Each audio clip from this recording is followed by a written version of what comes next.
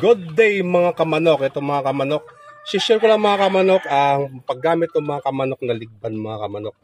Napaka-importante nito mga kamanok lalo na sa ating breeding. Kung saan ma-identify natin mga kamanok ang bloodline ng ating mga manok. So, ito mga lodi, adjustable to mga lodi. Kaya pwede mo siyang ikabit. Then pag kabit mo sa paa niya, yan sa mga lodi. Yan. Napakadali lang mga idol. Yan lang.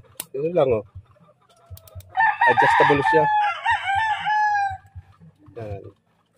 Yan mga lodi, yan oh. Ayan. Identify mo mga lodi kung ano ang bloodline niya mga lodi. Adjustable siya.